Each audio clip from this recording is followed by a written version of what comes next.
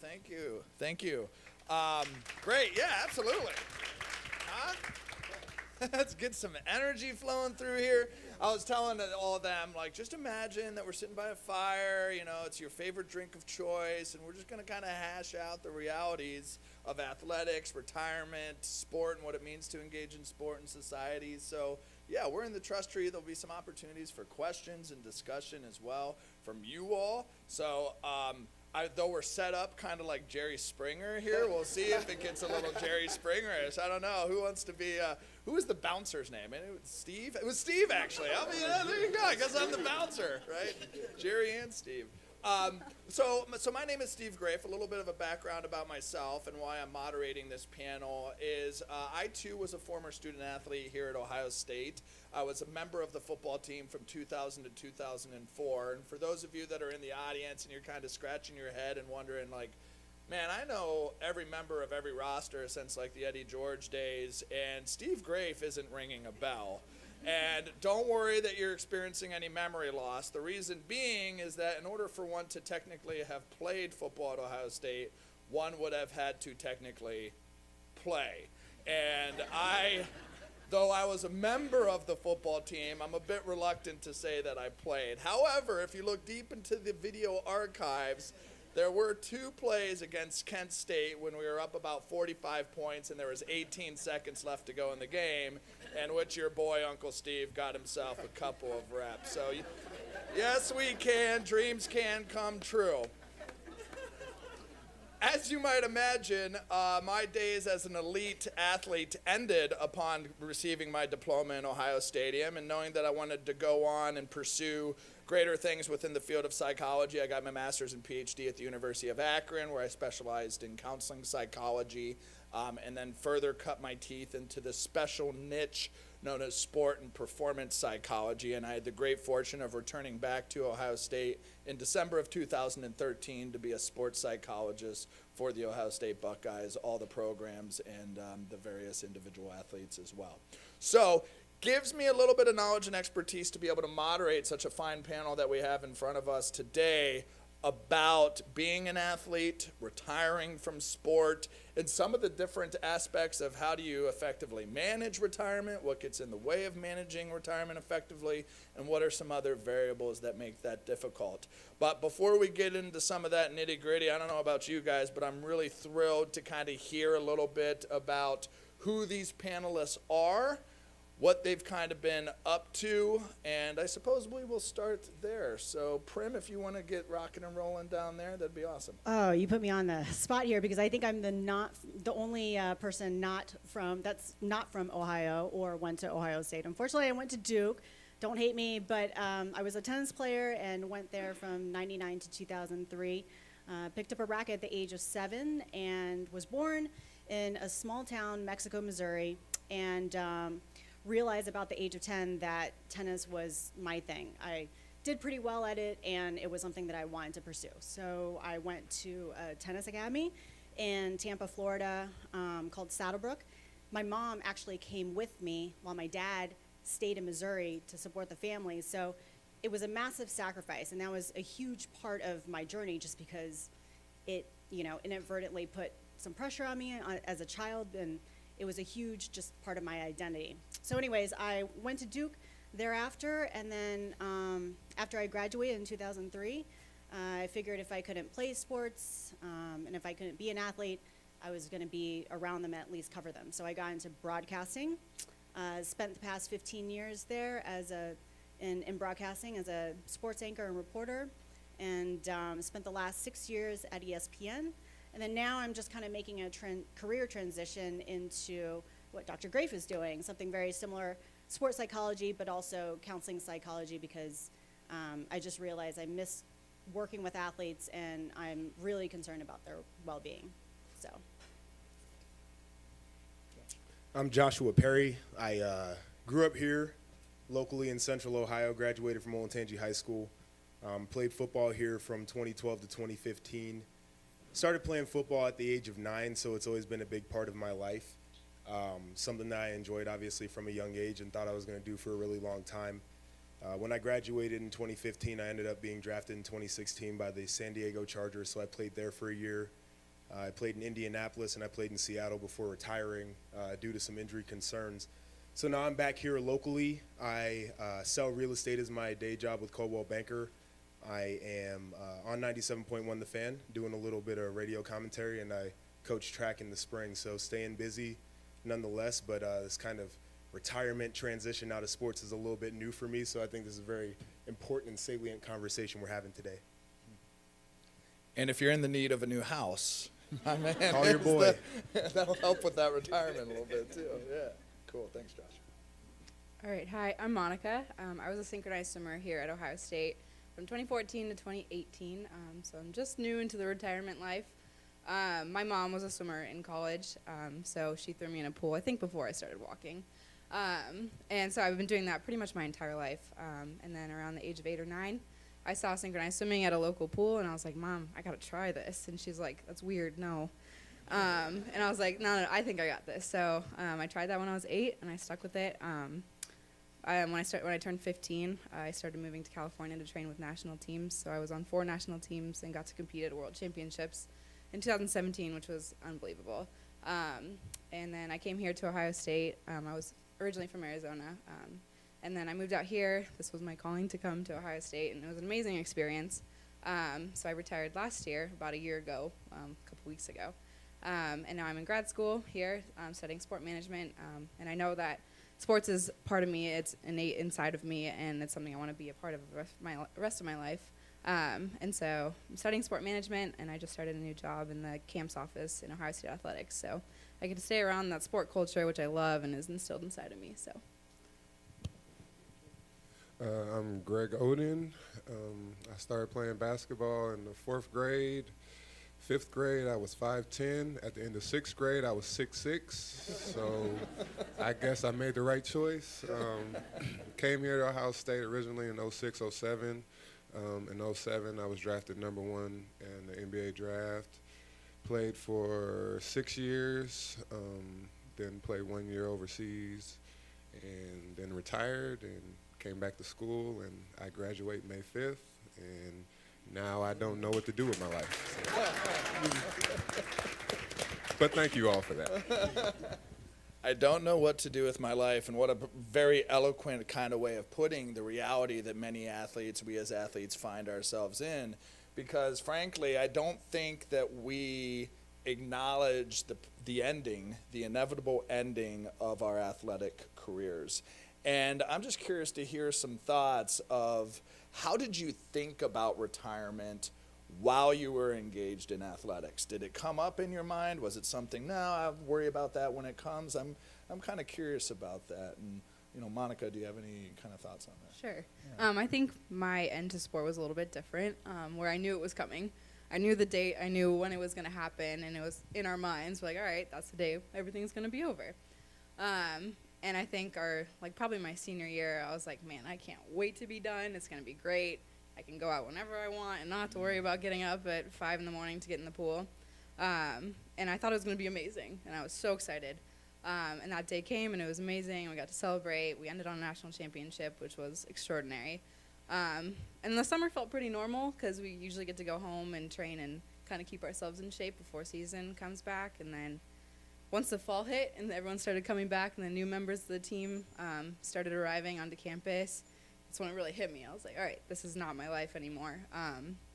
And I think I just started to think about my life as an athlete a little bit different then. And I was like, okay, this is really over.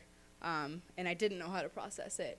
And so the only thing I could do was to reach out to people and be like, I'm struggling with this, you know. I lost my support group. I lost, the structure of my day-to-day life. And I don't know how to handle it. So I think the biggest part for me was talking to people and just being open about it and confronting it head on instead of just keeping it hidden down inside of me. So yeah, but I knew it was coming, but part of just inside of me, I didn't really process it until way after the fact. Great. Josh, you have this opportunity, you get drafted, have a successful career at Ohio State. Things are looking bright. How were you kind of chewing on this aspect of retirement? It's down the road. How were you feeling about it? So it's a little bit of a unique scenario, I think, in the mind of football players. where you understand that you want to play professionally and you want to be able to make that career as long as possible. So for me, part of it was, okay, let me focus all of my energy and effort into my craft. But the other part of it's like, when you're in high school, you still plan for college while you're still in high school.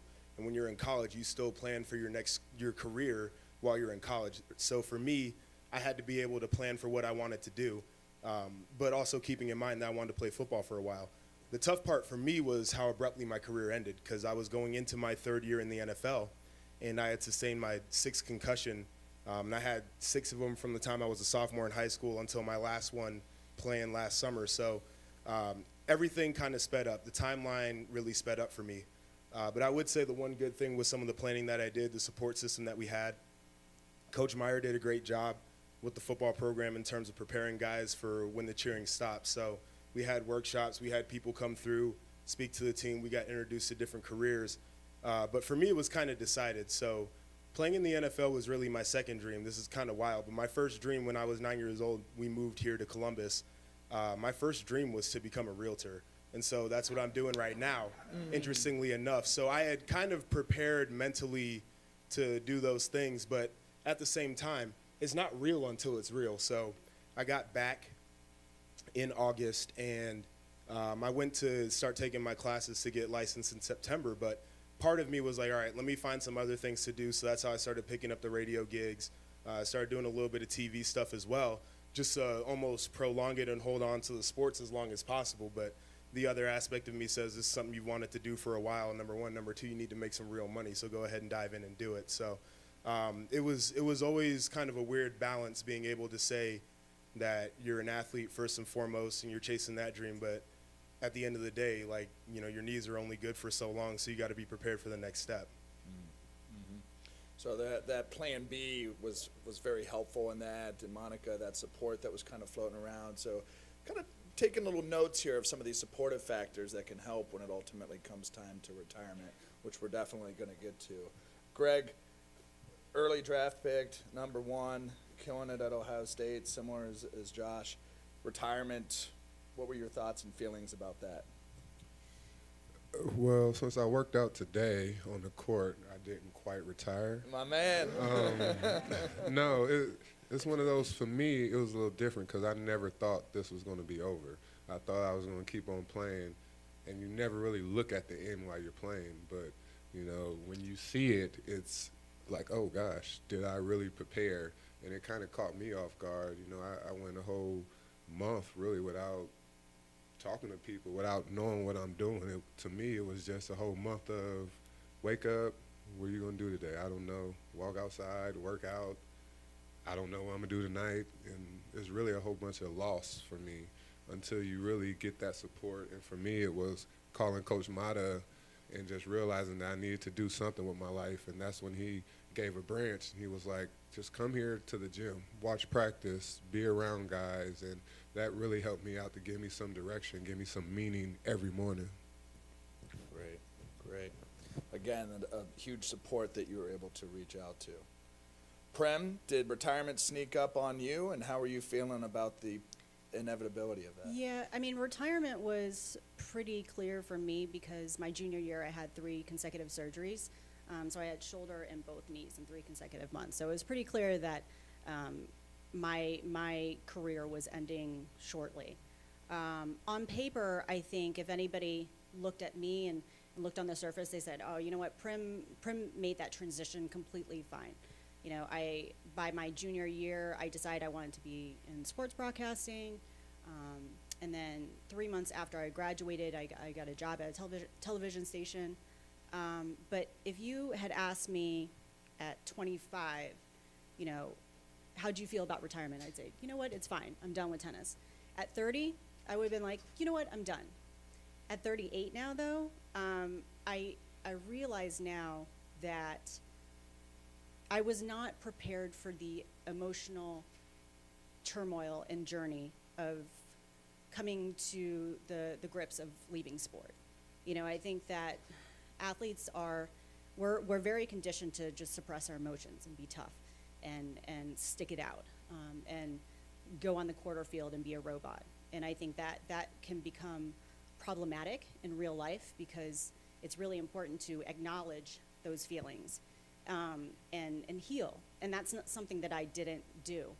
So, around, I would say 31, 32 years old, I realized that I had been carrying a huge weight on my shoulders of not really being, to be honest and frank, not happy with how my career ended, because it happened so quickly, and you're like, I spent my entire life training and trying to be the best tennis player or football player, basketball player, and then you're like, did I do enough? Did I accomplish enough? And then, you have all these questions. So, I think my advice to a lot of people is like, just know that there's going to be an actual grieving process. Loss is loss, and it's I don't want to liken it to death, but it did feel like there was a part of me that died. And so it's normal to go through those feelings of sadness and anger and regret and guilt and all those things. Well, since you brought up the reality of kind of this grieving process and emotions, I think that's when things get obviously the most deep, because this being athletics is something that is so ingrained in us as a part of our identities. From a very young age, we got substantial reinforcement from it, from coaches, from parents, from newspapers. And so when that's gone, where does that reinforcement now come from? So much of that has been external, and now we have to find a way to have it more internal. So speaking to those emotions, what types of feels did you all experience go as you went through this process of transitioning and retirement? Yeah. Oh, okay. Yeah, I think Prim just really hit the nail on the head. At first, for me, I was just kind of numb to it. I was just like, this is just going to be normal. This is my life now. And then, like I said, once I saw the new swimmers coming in, that's when it really hit me. And you do experience, the loss and hurt, and you just feel like you are lost inside. And like she said, as an athlete, you're ingrained to shut up and work, And so that's what I did for a while. I was like, this is not an issue. I can carry this burden and just live about my life. And I very quickly learned that I couldn't. And that's when I would find myself at night just super lost and sad. And I was like, okay, why am I feeling so sad? Why do I feel so lost? And what do I need to do to keep going? And that's why I said talking with people and just realizing that there are other people that are going through the same feelings, and other people that are retiring from sport that are going through the same thing.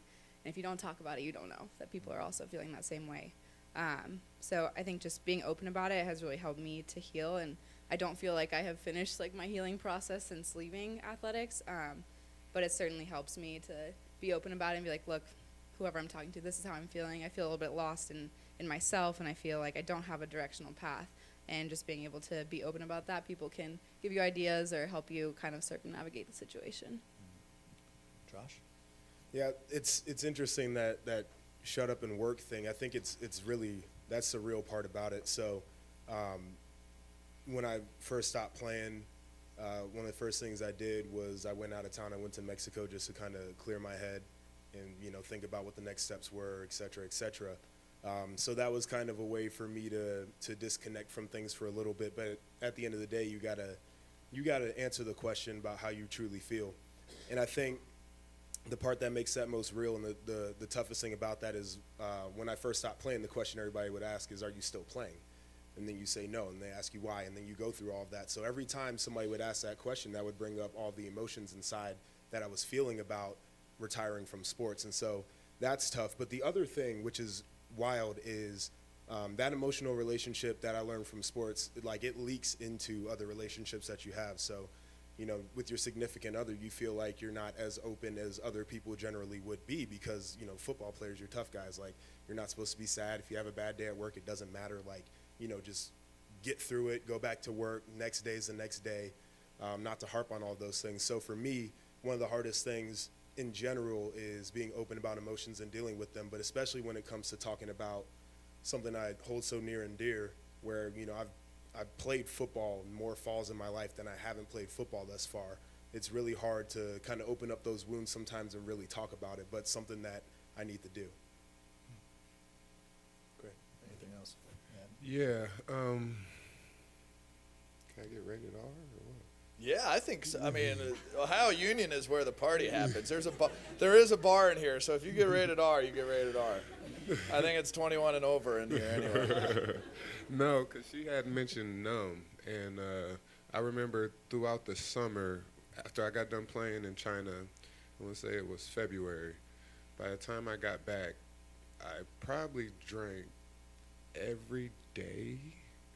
So basically numbed myself to even get those feelings about how it was that, it was over. I'm not coming back. I'm not playing no more, or no team wants to look at me right. And then that, again, is messing up because I'm drinking every day. So even if somebody did see me, they're like, I don't even know if I want to speak to him right now. So I kind of isolated myself with the alcohol and staying away from people, knowing that, okay, you were the number one pick, but the second pick is the best player in the world right now. Well, besides Brian. But, I mean, it does get to you, but then you just keep on just numbing yourself and just try not to think about it until you find some direction. Well, I'm really glad you brought that up, Greg, because that is a reality that a lot of athletes face. If we've never been in a situation where we've had to effectively process our emotions, what do we know what is easy for us? Well, we know it worked on a Friday night going down here, so maybe that's something that I'll continue to turn to in my life as well. Other folks experience, maybe not necessarily the alcohol use or anything, but other ways of just kind of numbing or avoiding the situation in your particular way. I definitely did. So, I mean, to me, in my opinion, everybody has a different coping mechanism, right? For Greg, it was alcohol. For me, it was eating. So I had developed an eating disorder, ironically, as a result of an injury when tennis was taken out of my life at 18 years old. And it kind of fluctuated when I was in college, but it really reared its ugly head when I left sport, because now I was like, as an athlete, you can judge yourself by how much you practice, whether you lifted, how much you trained, wins, losses, who I beat. And then now I went into the real world and I was like, I have no idea how to judge myself, and I have no idea how to place value on this person who, when people ask, what are you? And, you're like, well, I was a student athlete, but I'm not anymore. I guess I'm just Prim. And in my head, even though I know I shouldn't have thought that, it wasn't enough. So to be honest, I battled it for a good 10 years. And around the age of 31, I was like, you know what? I can't fix this myself. I know that what I did in my teens and 20s is not something that I can continue if I want to become a healthy and better individual. And so that's what I needed to do. So it took 6 to 7 years of therapy to really fix that. Wow, good for you. So for me, it was one of the interesting things. Like, I stopped playing ball, and I was going to the gym regularly, and then after a while, I just stopped. So there was probably like a 3-month period where I just didn't work out at all, because I'm sitting there like, all right, well, if I'm not playing ball, like, what am I really working out for? So that kind of took me out of my routine. And then you know how it goes, like, you don't start your day off on your routine, and then you feel shitty the rest of the day. And so you're just kind of going through it's almost like you're grabbing at things to try to feel good. So for me, I think probably one of the biggest things was, like, that sucked. Probably, like, legitimately gained 15 pounds doing that, but then it's everything else. Like, now you're out of your routine, so you have a bad day. But like I said, I'm not an emotional guy, so I'm not going to talk about my bad day. And so those things start to build up. So the hardest thing for me was trying to figure out what routine was going to work and how to put myself in that mode to where I'm not going to wake up depressed. I'm not going to skip my workout. I'm not going to skip my routine. I'm going to get up and I'm going to hit the ground running. Monica, anything else to add? Yeah, I would agree with Josh. The same thing. Like, you lose your routine. Like, I knew every day I was going to wake up at 6, work out. I was going to go to class and then do my homework. And that was boom, boom, boom every day. I knew that's what I was going to do. And when you lose that sense of routine, like you're saying, you're like, okay, why does it even matter? Like, if I go to the gym, it doesn't. But then you realize, like, over time that it's more about just, like, keeping yourself happy and keeping yourself mentally, like, sane and happy. And that it doesn't have to be a 4-hour workout anymore. I think that was really hard for me to try and realize, is that I don't have to be in the pool for 6 hours anymore, I can do an hour just running, or I can, go play sand volleyball with my friends. And that's like just as good now. And I think I didn't really express like any emotional abuse or eating disorder, but I felt a lot of guilt and a lot of anger. I felt guilty being mad and being sad about being retired, because I think I was like thinking in my head, like, there are so many bigger issues in this world than me not being an athlete anymore. So I felt guilty about being mad and upset about that. And then I would get very angry when I was seeing people like competing or like going to championships, and I'm like, I want to do that still, but I can't. I don't have the opportunity to do that at Ohio State anymore. So just feeling that like guilt and anger just really, gets to you. So, yeah, that was kind of what I felt after I retired. Wow. So much rich stuff even coming from these four individuals that I think offers a really great microcosm or metaphor of how individuals in general are going to respond. So there's four individuals here and you're getting four different responses. That permeates throughout the entire athletic culture of each individual is going to handle retirement a little bit differently. And just as a little bit of a coaching point, when they're speaking about this kind of grieving process, one, I want to really hold an asterisk to process. It's not like you spend a week in X stage and then you move on to Y stage and then the next thing you know you're feeling good about it. It really is a process that kind of spirals in and out. And you might think you're smooth sailing and the next thing you know you're watching a basketball game and you see KD dunk and you're like, shit, and you right back to that kind of feeling, though maybe it's a little bit more temporary than what it was before. It can sneak up on you. And those emotions often associated with the grieving process, and I'd be curious to just get a raise of hands from the panel as I speak to each one of those. If you've felt this particular emotion, it's DABDA, okay? D stands for denial. This isn't actually over, okay? A stands for anger. Are you kidding me? This is over. I'm so pissed off. Pissed off at myself, pissed off at other people. Yep. Bargaining, which is, man, if I could just get one more play, one more snap, one more meet, one more match. D stands for depression, so just sad about the reality that it's been time to retire. And then eventually, occasionally, and then hopefully the majority of the time, acceptance, in times of acceptance that this is okay. I get to have the opportunity to begin a new chapter. Yeah.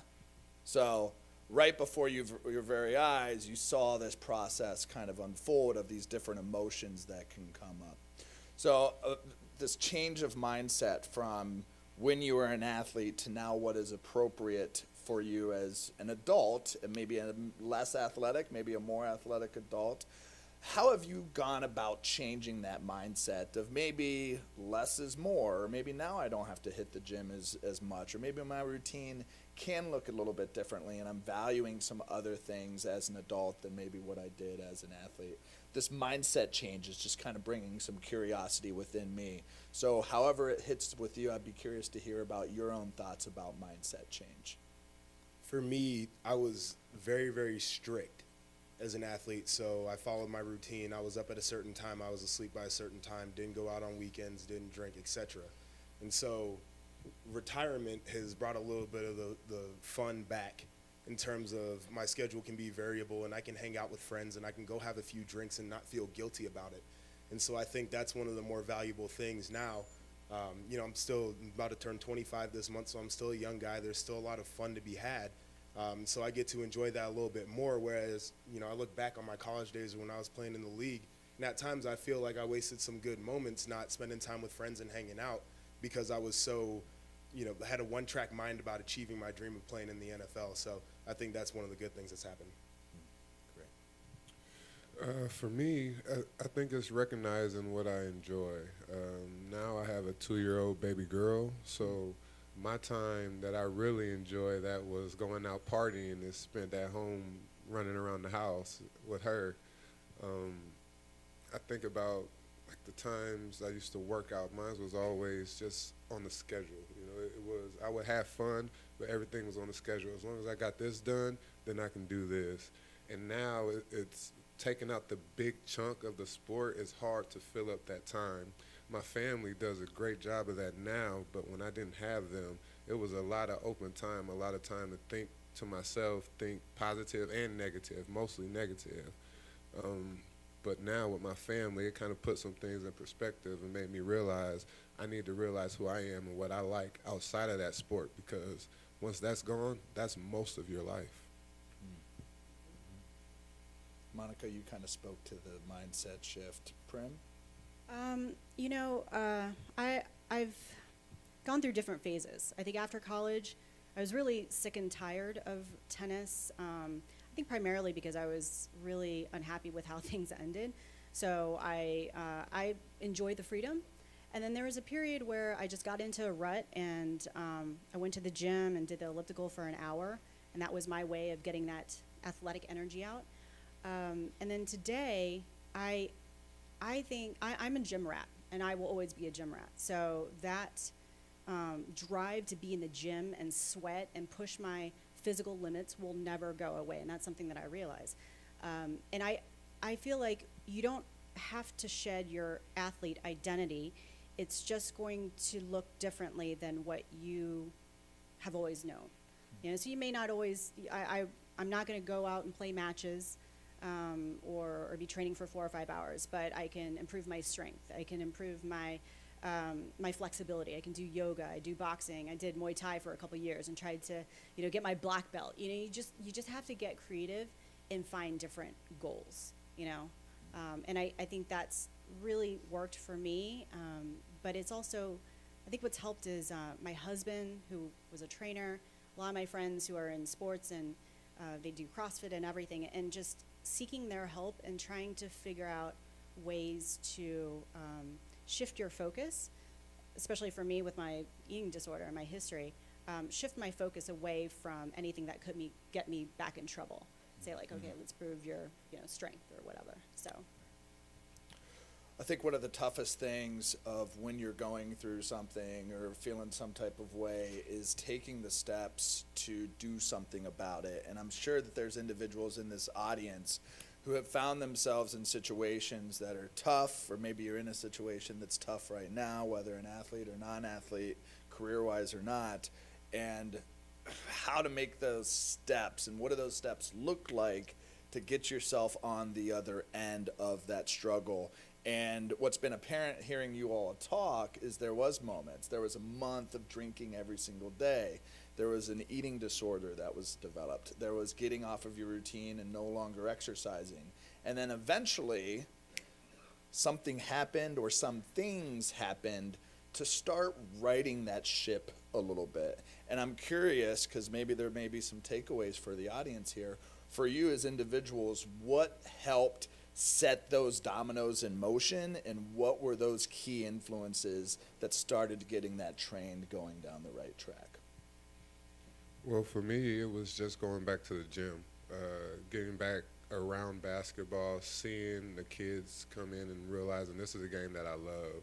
I can't be out here drinking every day or show up around them with alcohol on my breath or with it coming out my pores. So I had to start being better. I had to start getting myself together just to be around them, to be a better example, because I don't want anybody to look at me that type of way, or for me to influence them, and then for me to see it and somebody tell me, yeah, he's been idolizing you, but now he's not doing anything because he's drinking, and he's not a good person because he's seen that from me. I want to that's awesome, Greg. I want to hold a magnifying glass to it just for a second, because I think from apartment or condo to gym, at the time and where you were at in life, probably felt like 1,000 million miles away, right? How did you make that determination of, I'm not going to sit here anymore, I got to go into the gym? How did that happen? A lot of crying, a lot of old YouTube clips, and KD.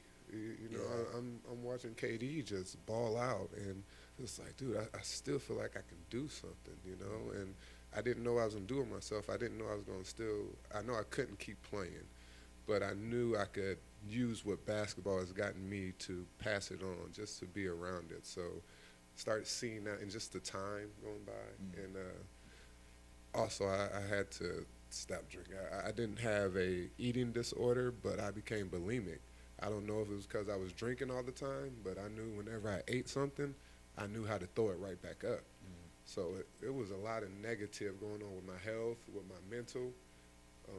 And then at that point, I was just like I got to get out this house. It was a lot of me, but it was a lot. Coach Mata, my mom calling me, my grandmother calling me, coming to visit.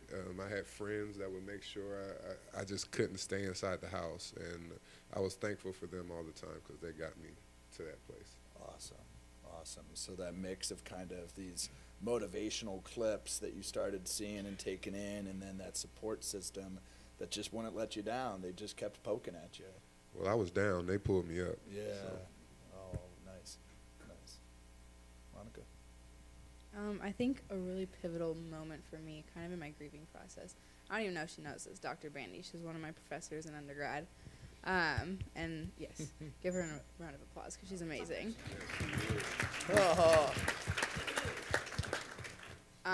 It was in the fall, and I was just having a really hard week, watching the girls here train, and just kind of in my feelings, like you say. And I was walking through the office, and she saw me. She's like, "Miss Velazquez-Stiak, come in." I was like, "All right, here we go." And she sat me down, and she's like, "How are you doing, like, with retirement?" And I just, like, no one had really asked me how I was doing with it, and that was a moment for me where I was like, I really am feeling all these emotions, and they're really strong, and they're really taking over me.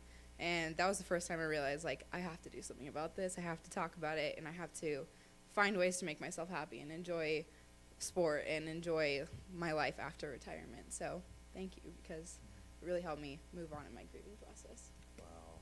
You never know the impact that you're going to have on individuals, right? And at that time and in that place, it was that person that really was a key figure.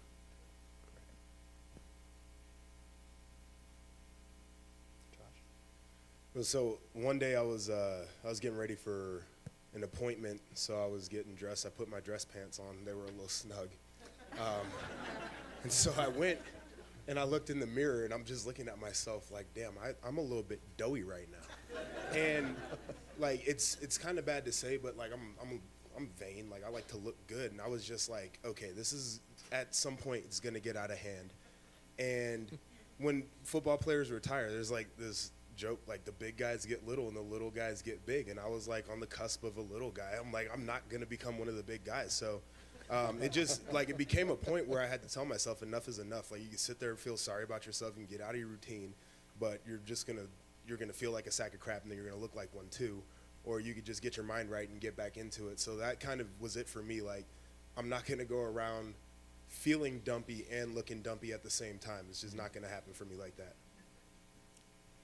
Those snug pants. It's a wake-up Bad call. deal. Absolutely. Yes. Yeah. Prim. You know, I think I realized that I could take the lessons that I learned from sports and shift it over into real life. So, you know, I realized that I needed help. Just like Greg said, the support system is really huge. So I knew I needed to heal, and I knew that I needed help. So that came from my family, my friends, and also a therapist. You know, in my head, I was like, listen, we go to school, we have teachers, we have sports, we have coaches. So why can't we have a life coach to help us become better people? And that really helped me heal and make that turn. And then, you know, I really started using that same mindset to become a better person. So I was like, okay, if I don't have sports in my life and I can't really become a better athlete at this point, why don't I work on becoming a better person? And that's when my perspective on what identity really is started to change and shift. And I realized, I was like, you know, tennis will always be a part of my identity, but it's not who I am. And I think it had someone told me that, and there's a lot of people that will say that to athletes, but had someone said that to me at 18 years old, I don't think I would have understood it. Even at 30 years old, I don't know if I would have really understood it, but now I do. And so I think that's really helped fuel my motivation, is when I get up, I do everything that I can to become just a better person. So because I don't have structure in my life anymore without tennis, so I get up at 5 in the morning, I journal, I get my emotions out, write some ideas, my goals, whatever, And then I meditate for 10 minutes. I also do a lot of mental imagery about what I want to do, where I see myself going. And I've read a ton of books. And I think that's helped put me on the track towards becoming a better person and continuing that process of healing. Well, you bring up a really good point about the certain behaviors and activities that for you promote wellness. And I'm very curious from the rest of the crew, because we do different things to encourage wellness within ourselves. So, Josh, how do you maintain wellness now? Yeah, so that visualization part is big. I like to get up and kind of map out my day. What is it going to look like? What are my successes going to be like? And how am I going to attack my challenges? So that's been huge. But one thing I actually picked up rather recently, I went to the radio station to do a spot, and so I was doing my show prep, and I sat down in one of the studios that was vacant, and I closed the door, and those things are soundproof.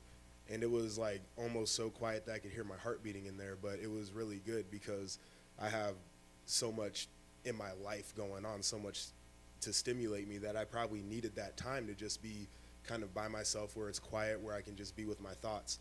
And so that meditation piece as well, just being able to sit there for 10 minutes and not do a ton and just be with your thoughts and kind of, let the things happen in your mind, figure out a way to map it out, etc., or just sit there and not do anything and not think about anything, has been really helpful. But probably the biggest piece for me is reconnecting with family, because I've been a big family person, but it seemed like when I left the sport, I kind of disconnected from that a little bit too. And so getting right and spending time with my younger brother and spending time with my parents has been huge. Being completely transparent, I don't know if I found that balance yet. I'm just a year out, so I'm still trying to figure out what's going on in my life. But I think as far as like schedule and day-to-day routine, once I finished synchro, I overdid it. I was like, I have all this time, and I need to find an activity to fill every single minute of that day. And I overdid it. I joined way too many things, took on way too many projects. You know how it goes. So I think part of that process for me is learning how to say no and find a balance where I can do things right and do them well, while also being able to have time for myself and do things that I like to do. And one of our friends, that graduated from our synchro program, she's becoming a registered dietitian. And one of her big things that she is speaking on is finding joyful movement. And I think that's something really big for athletes, is you don't have to do activity that you don't want to do. And I think I get into that cycle of gym. I'm like, why am I on the treadmill? I don't really like running that much. So just finding something that I actually enjoy and that will like bring me that peace of mind during the day. Yeah, that's great. Doing activity without feeling like you're engaging in physical activity is very cool. And Greg, any additional wellness tips? So I want to say about 5 years ago, I went 6 months sober. It was a long time at the time, but it put some things in perspective and helped me attack life a little bit differently. And now I try to get up and ride the bike at home for 20 minutes and watch the highlights, either Sports Center or NBA Game Time, just to see basketball, keep my mind around it. But then my daughter comes running down, and wellness for me is when I see her and realize that she's a sponge. So I need to be the best person I can be so she can see that and she can realize, that's what a man's supposed to be. This is what a woman's supposed to be, and we need to be happy and we need to be good people. And she is a sponge. Oh, yeah. Boy, the ultimate accountability right there. Last night, she ran into the room and said, Greg, pick me up, because Mom told me if I don't, she's going to spank my ass. And my wife was asleep. So I'm still wondering where that came from. So that's real talk right there, right? We all need an ass spank every once in a while, don't we, folks? That might be a different convention, but nevertheless. Wrapping up kind of the individual based, and then I want to kind of macro it out a little bit, zoom out a little bit, because this is a sport and society. So we don't want to let society off the hook, because we got some words for society as far as athletics is concerned. But just quickly kind of identifying what's been awesome about retirement, because there is two sides of every coin, and I know really we like to present a particular picture because it can be challenging and it can also be pretty awesome. And certainly if I would have said that the best years of my life were between 2000 and 2004, I would be crazy, because as you might imagine, as a 37-year-old with a man bun, life is pretty good right now, okay? Do not lose any sleep for your pal Dr. Graef, okay? So, but I'm just curious, kind of around the horn, what's been some salient, really important pieces for you? And Greg, start off. What's been awesome about retirement? The time, just the time and the no pressure. I used to go to every game I ever played, and I would just be nervous. I would get butterflies before every game. And so now it's funny because some days it'll happen around 5 o'clock, and I'll just be nervous for some reason. That's because the games are at 7, so around 5 o'clock I'm like, oh gosh, what am I gonna do? But now, most of the days, I'm like, oh, I'm about to take me a nap. That's good. Naps are good, yeah. Monica. I'd have to echo that. The time is really amazing. You get to spend time with your family, go on trips with your friends. So it's been really great in the healing process also, just to be able to spend that time with people that you really love. And then also just getting to take the skills that you learned in sport, like, out into the real world.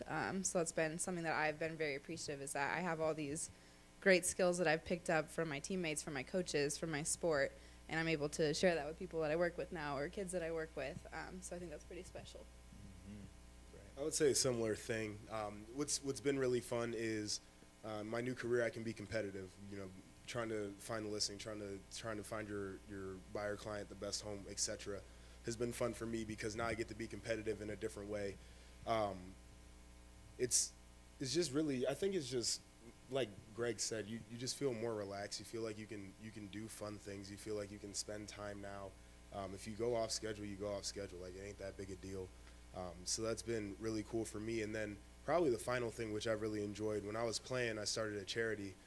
We work with kindergarten through 8th graders, and now I get to spend more time around the kids, which is a really big passion of mine. I'm coaching track as well, so I get to spend some time around high schoolers every day, just teaching lessons and learning from them, because I'll tell you what, spending time around some kids will teach you some things too. So that's been a ton of fun for me. Yeah, I mean, I echo everything that everybody said. You just have more time. You get to explore new interests and try new things, spend time with family and friends. I think a lot of athletes' social lives and familial relationships take a huge hit, because we have to be kind of selfish to excel at what we're doing. But I think I would also add that, you reached a high level in sports, and it doesn't have to end there. You can reinvent yourself, and you can evolve, and you can progress and make new moves and shifts. When I quit tennis, I thought that was kind of the end of maybe an elite level of some sort. And then I got into sports broadcasting, and then I got on air, and then I went to ESPN and got to host Sports Center and all these things that I had aspired to do in college. And we started Spain and Prim, which was the first ever all-female radio show in broadcasting history. And now I'm making a career shift.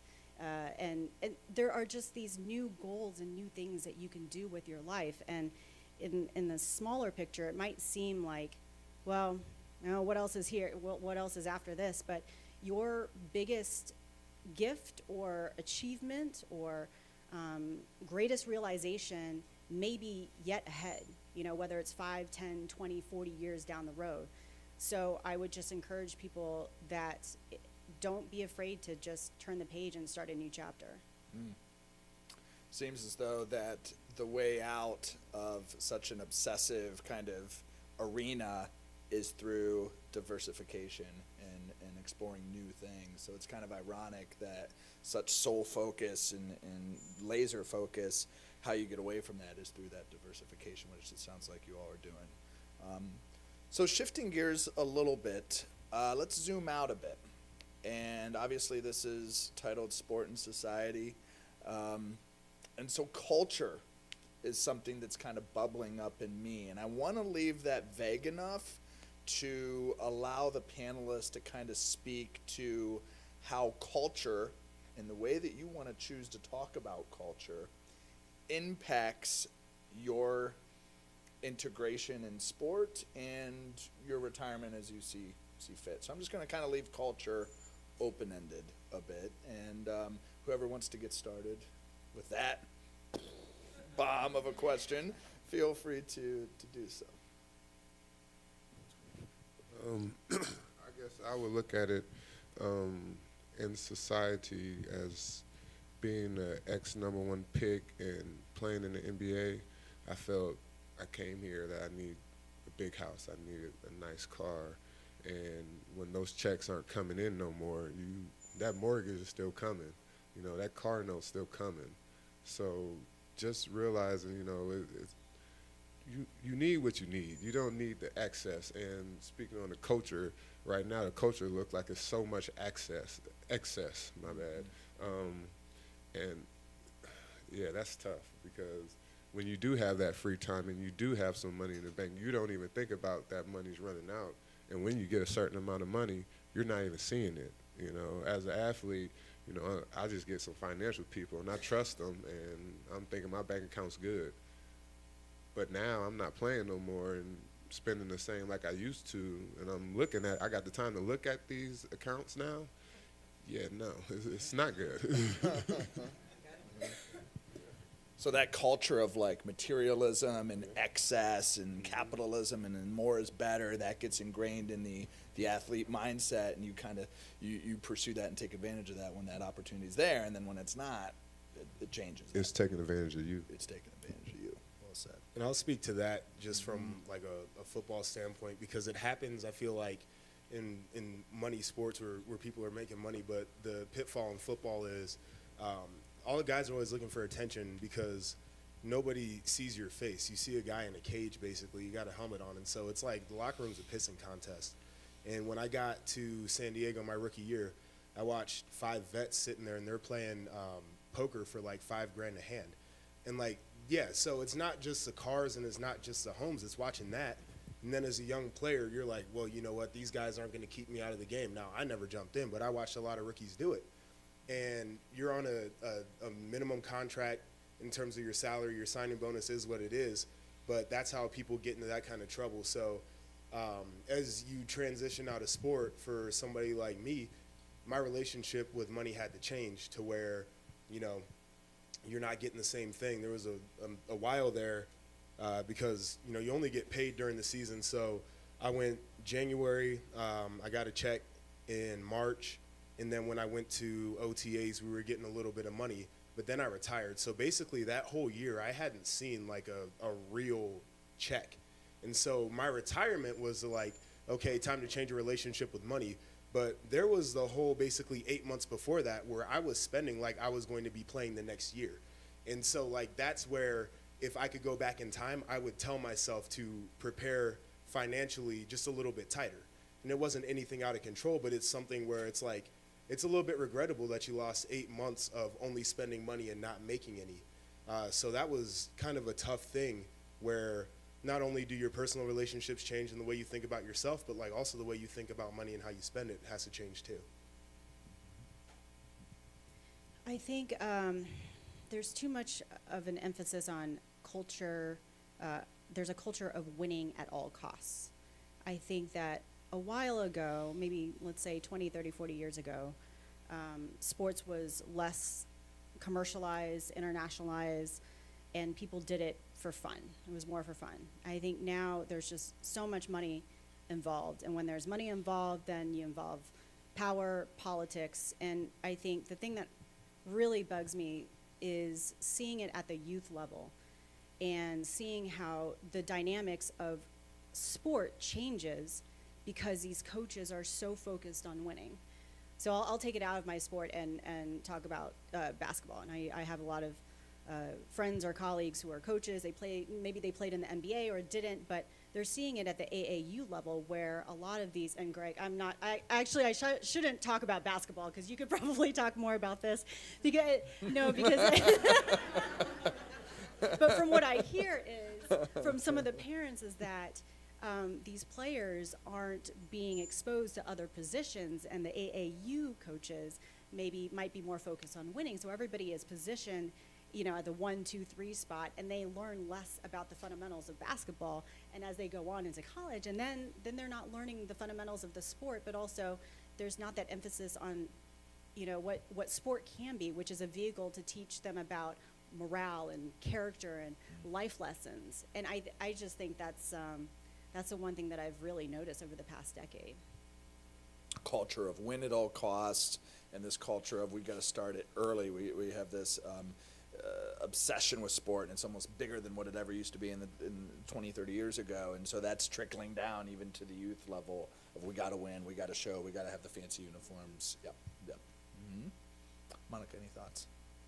A couple. I mean, I guess I can talk about it more from like the smaller sport level, coming from synchro, and where even in the smaller sport, like we see that kind of like money-centric focus. And I think our training hub is in the most expensive part of the United States for USA Synchro. It's in Northern California, and it's becoming more about who can afford to train out there rather than who has the talent to train out there.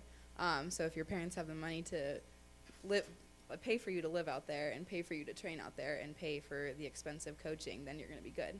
So what happens to the girls that can't afford that and are not getting the same level of training and don't have the same amount of opportunity? Yeah, and I imagine we see that the same thing in tennis. Oh, it's pretty Right. bad, yeah. I mean, actually, we were talking about the grieving process and denial, and what was another one of the stages? Denial and bargaining. Well, I apparently did not do that 15 years ago, so I came out of retirement to get closure and decided to go play tennis again and tried to play professionally, and I did for 2 years. But, and that was really important because this time I didn't have the support of my family. And I was in between jobs and careers, and I was like, you know what? And thankfully I had the support of my husband. And I was like, I feel like I really need this, in order to get over this hump of like healing and feeling happy with my career. And then one thing I realized is just tennis is so expensive. It's impossible for these kids to support themselves, because it's such an international sport. So then you're flying all the way to Turkey and Poland. And at the professional level, if you win a $10,000 tournament, you get like $1,000. And I lost in 3 consecutive tournaments. I lost in qualifying. So then you're paying all this money for hotels and travel and all this stuff, and you're walking away with like nothing. So it is very palpable in tennis. We're blessed to have, at least on the panelists, we have 2 men and 2 women. So this reality of gender as another culture, I think warrants a bit of discussion too. So how do you think gender shows up in the particular sports that you play as it relates to retirement and how you're viewed as an athlete or former athlete in society? This one's a little bit of a weird one because, like football is the manly sport, like, everything's macho about it. And I think it's really problematic to approach it from that sense because, it starts really in high school, but when you get on college, like the campus culture in general it's super hinky. And so you get into these things where, big man on campus and you're trying to pick up girls and X, Y, and Z, locker room talk, all those kinds of things. And so being the man in the locker room who's able to say enough is enough and we're not going to speak about people this way, etc. Like as a male athlete on campus, you're not going to look down upon female scholarship athletes as less than because they worked just as hard to get here, even harder to get here than we did. I think that's a bigger part of the conversation. And so what that leads to a lot of times from my experience is like, you're a loser, like what's wrong with you? You're supposed to be out there chasing, etc. So I think kind of that dynamic, I know, this is a little bit, might not have been the exact question, but like that's mainly what I see is how gender roles in society are kind of magnified as an athlete, where you're in a sport where you're supposed to be manly, so now you're supposed to have the beautiful girl and you're supposed to be chasing, you're supposed to see how many notches you can get on your belt and all that kind of thing. And I think it's something that we need to approach kind of as we're grooming our young athletes to where, the best player in your high school is not getting a pat on the back from everybody, and your teachers aren't telling you that, your coaches aren't telling you that you're the hottest thing smoking. And then when you get to college, you don't get to have preferential treatment, and, you don't feel like people should be throwing themselves at you because it's just not the way it should be. And athletes definitely have to take the lead on that conversation, which I'm not seeing enough of. But I think it always bothered me just a little bit in terms of how not even the guys who were doing it, but guys who watched and, you know, just sat and saw the things happen, never really spoke up about it.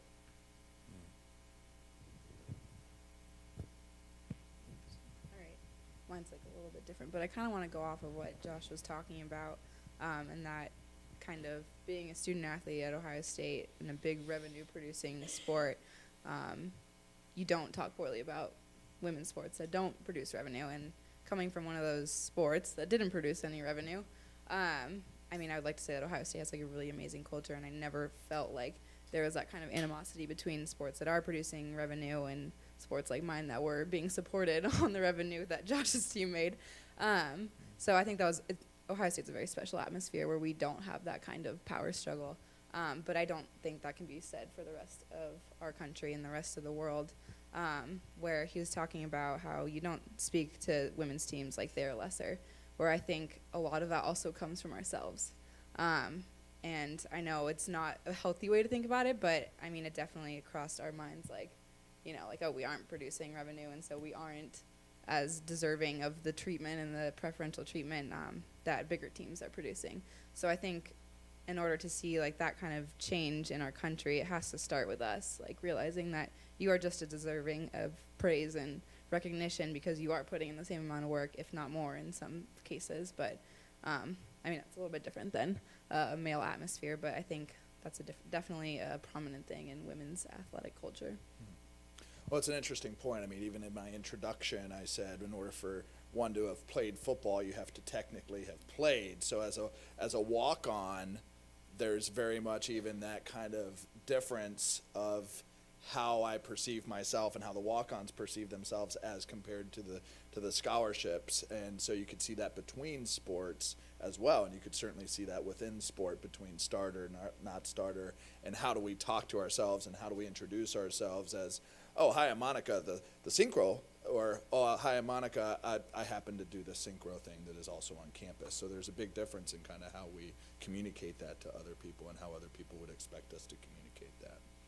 Prim or Greg, any other thoughts as far as?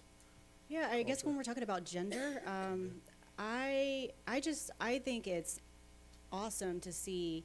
I think that females are coming out and speaking and fighting for what they want, and I think with the changes in strength and conditioning and training, we're seeing the longevity of a lot of female athletes go beyond what we ever knew was possible. You know, we're looking at Serena Williams. She's 37 years old and counting, had a baby, married, nothing stopping her, and she's full speed ahead. Or, you know, there's Victoria Azarenka. She also had a baby, and she's continuing to play professional. I mean, you just go down the list, soccer players, and I think it's really cool to see female athletes continuing their careers beyond college, because when I was playing, it was college or pros. There was no both, because by the time you were 22 in my sport, you were deemed very old. But now it's college is a route to the pros, and I think that's awesome. I think another thing that's really changed is the aesthetics. You know, I think that female athletes are being so celebrated, and the body image conversation is changing. So now you can see the hashtag strong is beautiful or strong is sexy. And I think that's really cool. Yeah. So From my standpoint, it's a little different. I think there is a big problem, and I think it starts from the top. Dr. Bandy's being here opened up my eyes that now that I got a little girl, it's hard for me to find different sports, women's sports on TV. So I try when volleyball championship is on or the women's hockey championship's on, I just make sure those are always on my TV. But during the regular season before the championships come on, you cannot find a women's volleyball game on TV. And so that starts with that. In the NBA, it's tough because it's like you're here and everybody else is here. So the conversation we would have about women was never about, you know, oh, this woman did this, unless it's Michelle Obama. But Rightfully so. it was definitely like, you know, you kind of always looked at women as groupies. I mean, it's never talked about, and you understood, somebody's mom or somebody who would respect. But for the majority of the part, it was like, oh, shoot, did you hook up with that girl that you saw last night? You're like, dang, she could have been my cousin. She could have been my business manager. But it's never that first. So I think it is a problem there. But I know there's a bunch of people that she's, a lot of hashtags. NBA does one, lean in. And especially with having a daughter, just opening up my eyes. It's more about respecting, And I think that learns at home, When you see a woman, you have to respect her first. You see a man, you have to respect him. Everybody deserves your respect before you move forward with anything. Very well said. Definitely want to get to some questions. So kind of a final question for the panelists. As athletes who are still in the process of retiring, as we will always be in that process, what do you want from society? And I'll leave it at that. From society? You can give me some money. We got an open donation for Greg Oden. Here we now, we did 10, 10, 10, we got a 20, 20, 20, all right, 30 go. That's all you got a Greg Oden for tonight. Hey, closed mouths don't get fed. Honestly, just a respect as me, I'm going to be 7 feet tall. I'm always going to look like a basketball player, but I'm a person first. So I guess in society, when you see me, if you want to come up and say hi, I guess come say hi. But I'm Greg Oden. I'm not the basketball player whose knees didn't work on them. And I'm like, okay, I'm at dinner with my wife and daughter. That's nice to meet you too. It's just, I guess it goes back to the respect. Looking at us athletes as people rather than just the sport we played. I agree with that 100%, because a lot of times when I meet people I've never met before, I'll be checking out at the store, somebody will look at me and be like, oh my gosh, you must have played sports. And I'll be like, no, I'm a damn engineer. Like the first thing you say to somebody shouldn't be that they look like they play sports because they look like an athlete. And I understand where you're coming from, but like, even though I was an athlete, I am much more than an athlete. And it's just that awareness, all the causes that we're involved in, et cetera. For us, I think it's appreciated when people take interest in those other aspects. And then the other one, just as like a black male, one of my pet peeves is, when somebody meets me and after talking to me, they say, oh my gosh, you're so well spoken. And it sounds like a compliment, but to me, that's like coded language. Like you looked at me and thought, okay, big black dude, played sports, can't talk. And so it's just like from society, those are things that we would appreciate is look at me like the first time you've met me and respect me like somebody who deserves anybody else's respect. Not only as my athletic accomplishments or not as what you think I am supposed to be. Like, respect us as humans that deserve respect just the same way you would want it. Yeah, I mean, I think going on top of that, I think it's just, I would want to remind society that athletes should not be objectified. And it's really important, especially when they're younger, as they're going through the developmental processes of not only being an athlete, but as a child, that we coach them and we parent them as a whole. So we don't just look at them, and this is probably the message more to coaches, is we don't look at them as just an athlete. We have to consider their personality, their feelings, their emotions, their goals outside of sport, everything. And I think the moment that we start treating and coaching and caring for athletes from a holistic standpoint, we're gonna start seeing some major strides in sports. Yeah, I would just have to echo all of that. The same thing for thinking of athletes as people. I mean, I have the same experiences, kind of, but people come and be like, grab my shoulders, like, oh, you must have been a swimmer. I'm like, you don't need to touch me, and I am aware. So, yeah, just that same thing. Like, I am a person before I was a swimmer or a former synchronized swimmer. And then just also, I think we are seeing a lot of, like, progress in this, but also seeing female athletes as just athletes. You don't need to define her as a female athlete. She's an athlete. So I think even though we are starting to get more recognition, it's still problematic that we need to separate women as female athletes instead of just athletes. So I think we are seeing a lot of progress in that, but I mean, there's obviously still a lot of momentum that we can take with that. Wow. More than an athlete, no doubt. Such rich conversation from you all, incredible perspectives. and something that I know I've learned it for, maybe it's the psychologist in me, but this, even witnessing this kind of felt a bit therapeutic for many of us, if not all of us, just to be able to hear one another engage in this conversation about the very real reality and process associated with retirement and sport and society. And so for that, I thank you. But before we do high fives and hug it out, I do want to be able to open it up to the audience. We got about 20 minutes. I like to offer it as not asking questions, but what really struck you as some curiosities that now that you have these incredible folks in front of you that you may want to have the opportunity to ask. Yeah.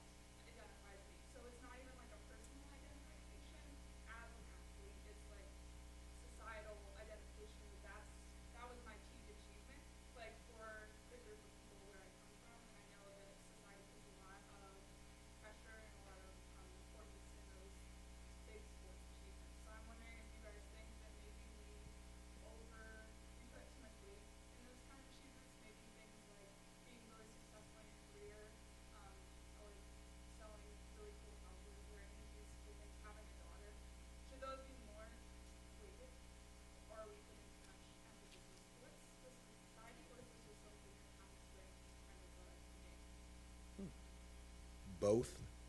So I think we shouldn't run from our athletic achievements because these are special things that happen. But to your point, one thing I see when I go to speak places, they'll ask me for a bio or what kind of title I want next to my name. And oftentimes I'll tell them put founder and CEO of the Joshua Perry Family Foundation. But a lot of times next to that, they'll put, former All Big Ten player, former national champion, etc. And I never told you to put that.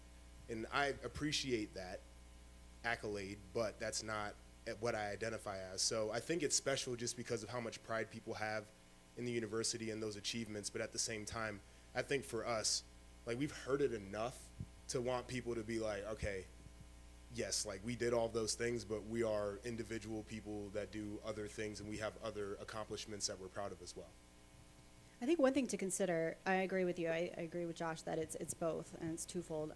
But I think that the one thing to keep in mind is that as human beings, our way of processing and remembering and connecting is slapping labels on people. So it's that they could say, oh, the amazing rower from whatever, but we'll also look to somebody else and say oh, they're from New York City, or oh, they're from the Midwest, or oh, they're from California, or she's an engineer or whatever, and I think it happens in other scenarios, and I think that's just one thing to keep in mind. And if that for some reason, and I can understand because it has bugged me as well, where you're like, oh, that's all I am, I'm just an athlete. The other way to think about it is, well, I could not have been an athlete, and then you get the pleasure and you get the reminder that you were an amazing athlete. And so that's, because it could have been something else that wasn't that. So. Mm-hmm. Mm-hmm. Well, I think it's a lot more about how you feel about yourself, because you got to respect yourself and realize you are more than the athlete. But, I've met a whole bunch of legends who they love hearing about themselves.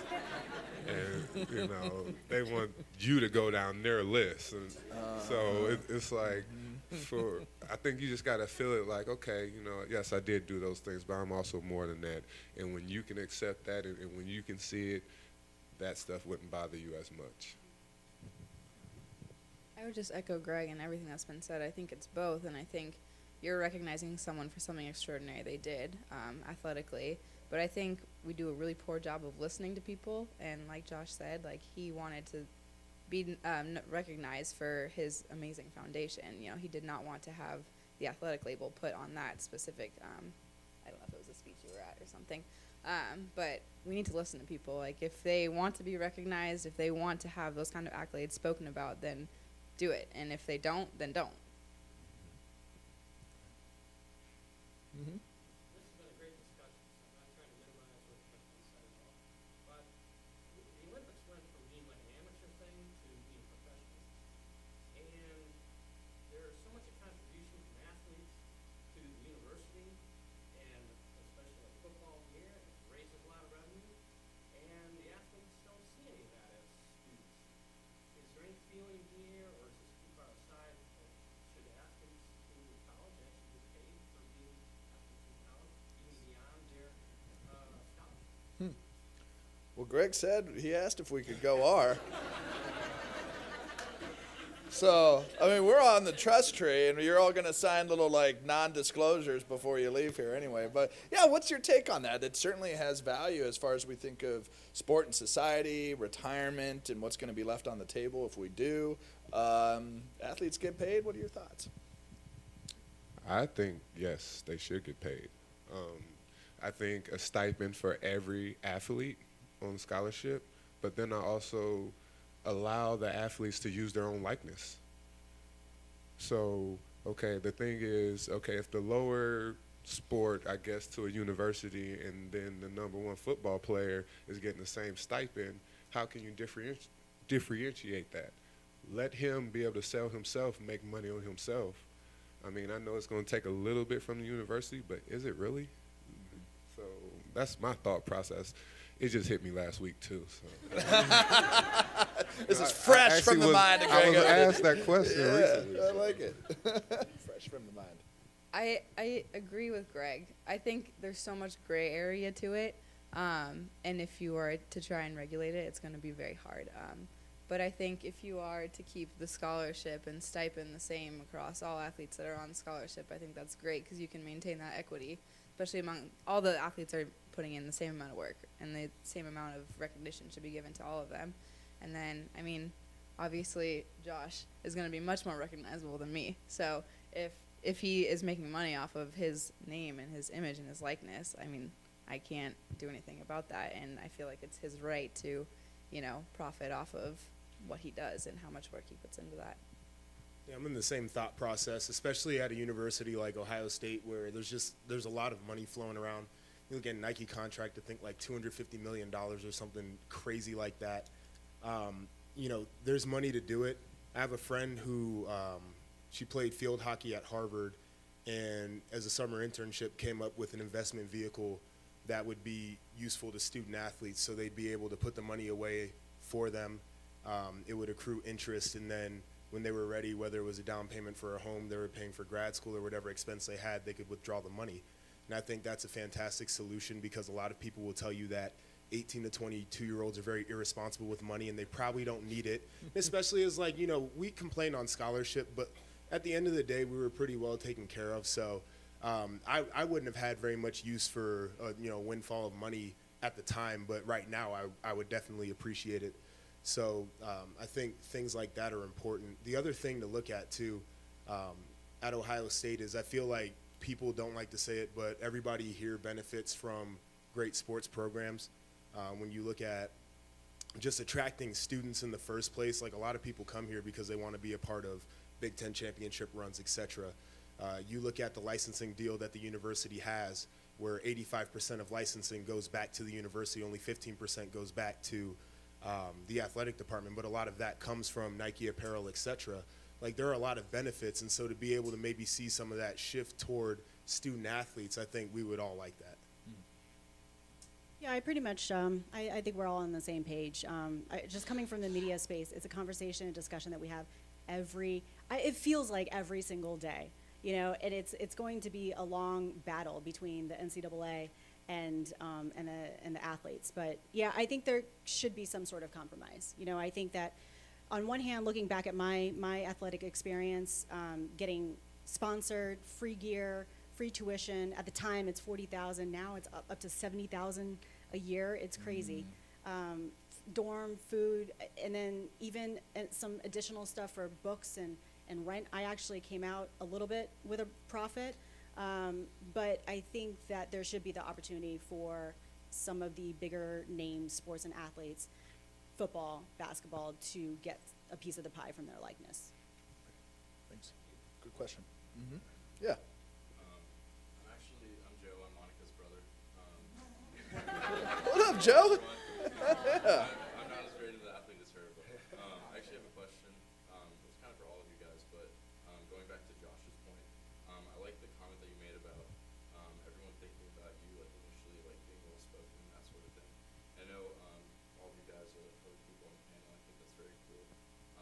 But I just want to like ask you guys, like, did you guys have any problems getting into the sport and being successful, coming from a minority, and also like culturally, how do we change that? Great question. Yeah. All right, Joe. Your whole family is Absolutely, here. man. Yeah, cool. So I don't think I had any trouble necessarily getting in. For me, it was always a little bit different. Like I grew up in Lewis Center, Olentangy School, so it's very white. So I always stuck out a little bit. And I always was accustomed to sticking out and embracing that uniqueness. I think just from some of the work I've done with my charity, some kids do struggle because the opportunities aren't there. Like our schools are very well funded. We have a ton of athletic programs within the school. We have other athletic programs that people can send their kids to. Like we have people who pay for their kids to row. That's a hell of an investment because it's not cheap. We have kids who ride horses. Again, horses aren't cheap. So in other areas that are primarily people of color, a lot of those opportunities don't exist. So I think finding a way to combat that is important. But I'm glad you asked that question because I was in the NFL during the time of the national anthem protests, and that was kind of a really wacky time. And just personally, I think a lot of it was misconstrued. The narrative was hijacked. I wrote a Bleacher Report editorial piece about it, just talking about what we felt as players and kind of the solutions that we saw. But in saying that, I feel like sports has always been a great platform for people of color to be able to speak up about injustices and issues that they see throughout the communities and nationwide. Because a lot of times you're not going to be able to have a microphone in your face to talk about those things or reporters asking you questions. And so I think it is really important to have figures like this where you can be in a setting where people are receptive and they're listening, and you can disseminate messages about some of the injustices that you've seen or the inequalities. You can have ladies up here talking about how gender has played a factor into what their experience was like in sport. I think is really important. So the conversation has to continue. I think people have to get more comfortable with it, but athletes need to go ahead and run away with that because you're helping out your communities, you're helping out your other athletes, and I think it's really important to talk about. Right. Yeah, I would say that most of my struggle with being someone of color in sport came mostly from myself. Being half Puerto Rican in a very white sport, synchro, I always thought of myself as very different, and it was very hard for me sometimes just to be looking around the pool and nobody looked like me. And I know there are bigger issues in the world, but that was more of an internal issue that I had to deal with.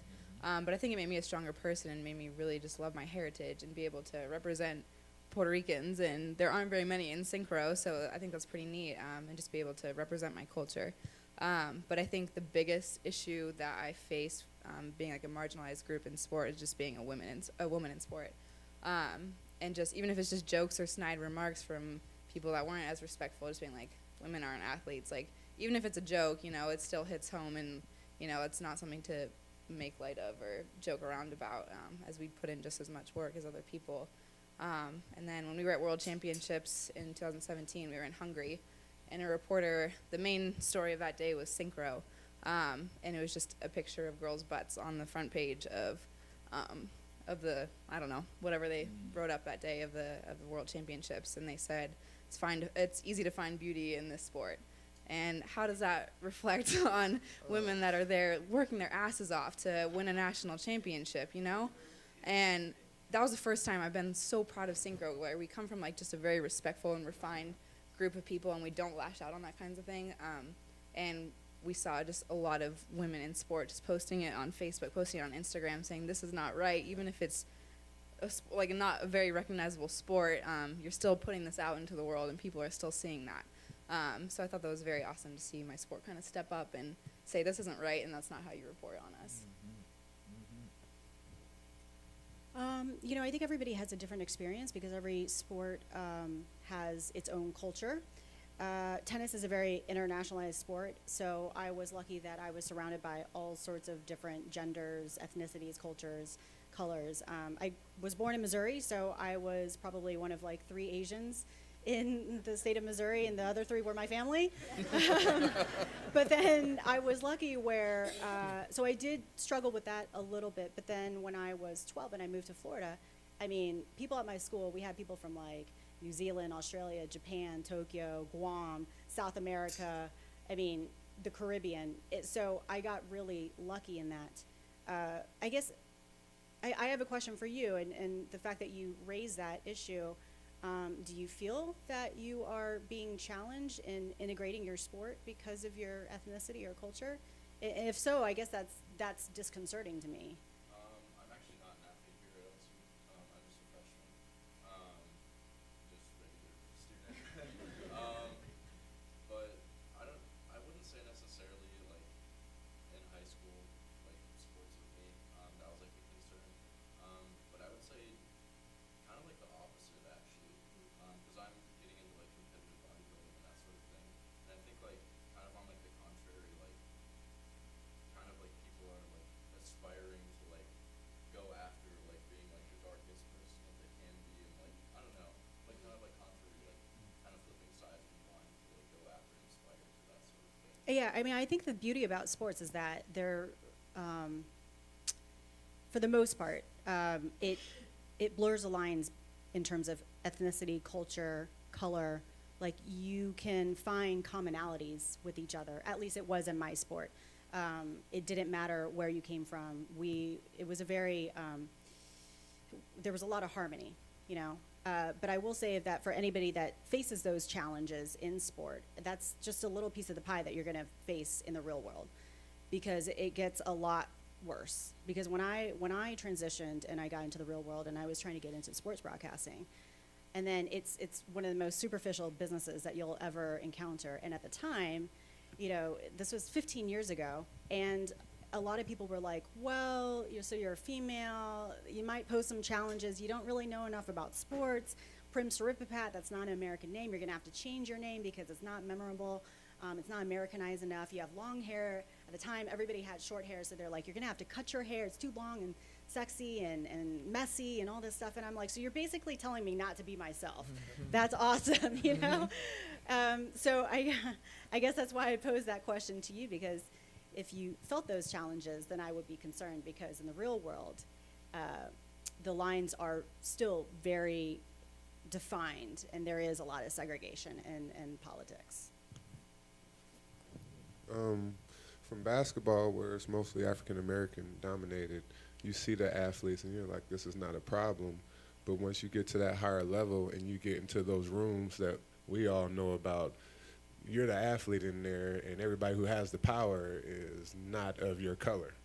So the tough part with guys, well, that's not a tough part, but guys like Jordan, who started, but LeBron, who aspires and said this, I want to own the team. Like, that's his own, like, that's his mindset. He's letting everybody know that. So I think, for one, we need more athletes to come back and be coaches to the youth in the middle level, just to show guys who know, women who know, to give their perspective and show them how to maneuver this world, because those rooms is really not run by you. And even at the youth level, when I came up, you know, everybody was on the court, but now it's getting so much privatized. You don't even see people on those basketball courts that used to be on the side of the road. You know, everybody's in the gym, everybody's getting worked out. And if you realize the people of color, we don't have that money to pay for this scholarship or this membership to this arena. So one thing I would say is just having more athletes come back and give back to help you maneuver the situation and actually teach the sport the right way, because a lot of times the real talent will show even if you're not in those worlds of money and privatization.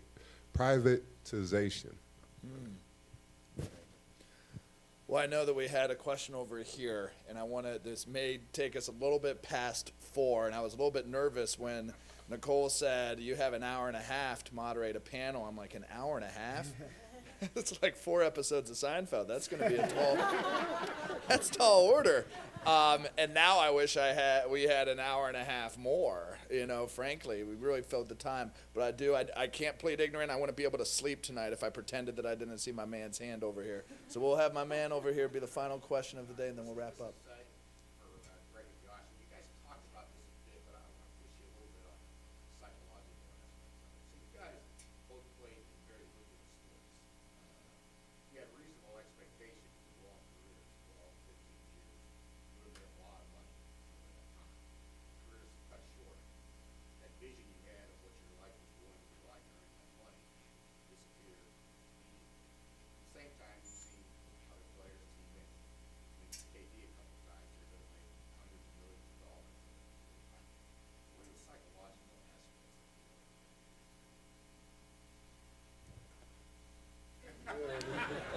We'll get you out of here quick. Yeah, still dealing with it. Just by asking that question, it kind of hit me a little bit, you know. And it's just like, yeah, that's the realization. You just got to deal with it. The first thing is just being comfortable with yourself and realizing your path is your path. You know, if it's meant for you, it's going to happen. So to enjoy every day and live your life and try not to worry about that is very tough, because it does hurt, especially for me, because I got out the league right before the TV contract hit. So, you know, minimum for me is 1.2. Now minimum is 2.1 million. I mean, that could have helped, you know? So really, it's just being comfortable with yourself, because, you know, what's going to happen for you is going to happen for you. But if you're happy with yourself and you're enjoying life, whatever is planned for you is going to come to you. So I was realistic about what my athletic career was going to look like. I always figured myself as a guy who could probably stay in the league for 8 to 10 years if I was healthy, but I was probably going to be one of the minimum contract guys. I wasn't expecting to sign a big multi-year deal. So just kind of with that, to be honest, like my vision of what my lifestyle would have been had I played that long and what it's going to be now hasn't changed very much. And it's because I'm confident in my skills and my abilities I learned here in school. I'm confident in my ability to leverage my network and meet people. And I wasn't going to be the guy who was going to live in $1 million home. I like nice cars, but I wasn't going to buy anything too crazy. Like, I was going to be a guy who was going to go back to the same suburb I grew up in. I was going to live a very nice middle-class lifestyle in my mind, and I still have the ability to do that. So for me, like, obviously I wish I could have had that money. It would have been fantastic, but in my mind, I could make up a lot of what I wanted to be able to live the same type of lifestyle I want to live.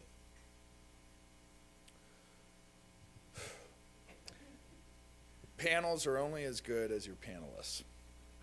And I've had the great fortune of sitting in an audience where the panel discussion is so boring and you wish it would end, and it's like, how do you like make the panel exciting? And you make the panel exciting by having incredible panelists with incredible stories, with incredible perspectives about their stories in the narratives at large.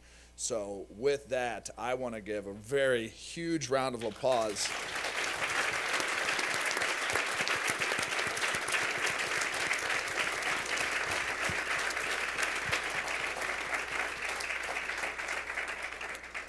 And key takeaways, you're each going to have your own, but at the end of the day, sport is messy, it's clunky, retirement is messy and clunky, and so is life. And I think that is what makes sport, one of the many benefits of sport, is that it's this brief little microcosm and playground of how we find out we respond to difficult situations, how we respond to great situations, how we interact with people that we're in competition with, how we interact with people that we're not in competition with, how we receive feedback, how we give feedback. Sport is a microcosm of that, which then allows us, after retirement and while we're still playing, to be able to engage in the society as rock star, incredible individuals. And I think these four folks are a testament to that. So I thank you all for the time. I thank you, Nicole, for the opportunity for this panel to be here. And once again, let's hear it one more time for this group of individuals.